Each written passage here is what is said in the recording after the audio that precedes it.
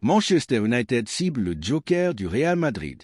Manchester United prépare déjà son mercato estival et s'intéresse à un joueur clé du Real Madrid.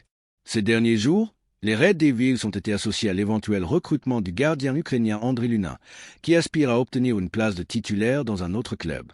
Selon l'émission espagnole El Chiringuito, Manchester United viserait également le milieu de terrain français Aurélien Tchouaméni pour l'été prochain. D'après cette source, le club anglais serait prêt à offrir 80 millions d'euros au Real Madrid, un montant similaire à celui que le club madrilène avait déboursé pour le recruter à l'AS Monaco en 2022. Bien qu'il évolue dans un milieu de terrain très concurrentiel, Tchouaméni s'est imposé comme un titulaire régulier au sein du Real Madrid. Toutefois, il a été critiqué à certains moments de la saison, notamment lorsqu'il a été utilisé en défense centrale. Réunion de crise sur l'arbitrage impliquant le Real Madrid. Ce mercredi, une réunion a eu lieu réunissant des représentants du Real Madrid, du Real Betis et du Séville FC, ainsi que des membres du comité technique des arbitres de la Fédération espagnole de football et de la Liga.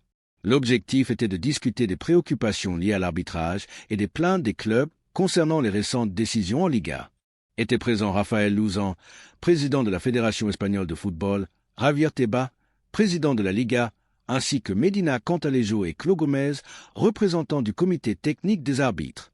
Cette réunion marquait le premier rassemblement de la commission créée pour examiner le système d'arbitrage et proposer des améliorations après les polémiques des dernières semaines. Le Real Madrid était représenté par José Ángel Sánchez, directeur général du club. À l'issue de la réunion, Rafael Luzán a déclaré « Nous avons évoqué les modèles anglais et allemands. Aucun n'est parfait et des critiques existent partout. » Il a également précisé que la réunion n'avait pas abordé des sujets spécifiques à un club en particulier, y compris Real Madrid TV. Concernant les demandes formulées par le Real Madrid et les autres clubs, Luzán a indiqué que ces derniers réclamaient plus de transparence, notamment sur le processus de désignation des arbitres. Une évaluation des promotions et rétrogradation des arbitres a aussi été abordée, avec l'éventualité de créer une commission dédiée à cette question. Il a conclu « L'objectif est d'assurer un maximum de transparence. » D'autres clubs viendront également cette semaine pour échanger avec les arbitres. Une prolongation de contrat pour un jeune talent du Real Madrid jusqu'en 2029. Dans sa volonté de sécuriser l'avenir de ces jeunes talents, le Real Madrid a récemment officialisé une prolongation de contrat clé pour le poste de gardien de but. Cette décision s'inscrit dans la stratégie du club visant à renforcer sa compétitivité à long terme. D'après le journal espagnol Marca, le Real Madrid a prolongé le contrat du jeune gardien Elia Voloshin jusqu'en 2029, témoignant ainsi de la confiance placée en son potentiel.